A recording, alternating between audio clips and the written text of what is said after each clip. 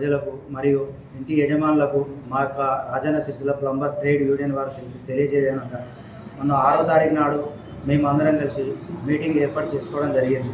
ఆ మీటింగ్లో నిత్యావసరాల సరుకులు పెరిగినాయి, మళ్ళీ అలాగే కూలీ ధరలు పెరిగినాయి కనుక దీనిపైన మేమందరం ఒక నిర్ణయాన్ని తీసుకొని ఒక తాటి మీద ఉండి వెళ్తున్నాము. దీనికి ఇంటి యజమానులు మాతో సహకరించి ఆ ప్లంబరు వస్తే ఆ ప్లంబరు యూనియన్ ఉన్నాడా లేడా అని తెలుసుకున్న తర్వాత అతనికి వాళ్ళ అధ్యక్షుడికి ఫోన్ చేయమని చెప్పండి. అతను ఉన్నాడా లేడా అని తెలిస్తే అధ్యక్షుడు మాట్లాడితే మీకు ఎలాంటి ప్రాబ్లం వచ్చినా కానీ ఆ సంఘం అనేది బాధ్యత వహిస్తుంది.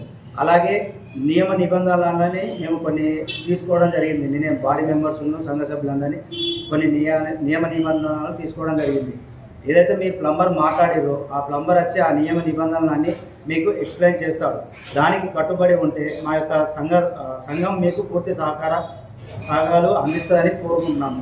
అలాగే రాజన్న సిరిసిల్ల జిల్లాలో దరిదాపున 800 నుంచి 1000 వరకు ఇది ప్లంబర్ పని మీద ఉపాధి ఉంటున్నాము.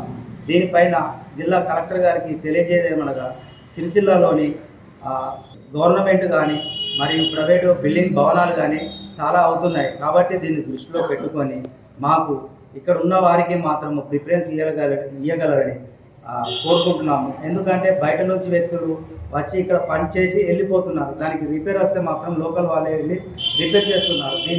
ఇది చేసిన తర్వాత వాళ్ళకు ఇంటి యజమానులు అనేటోళ్ళు నష్టపోతున్నారు.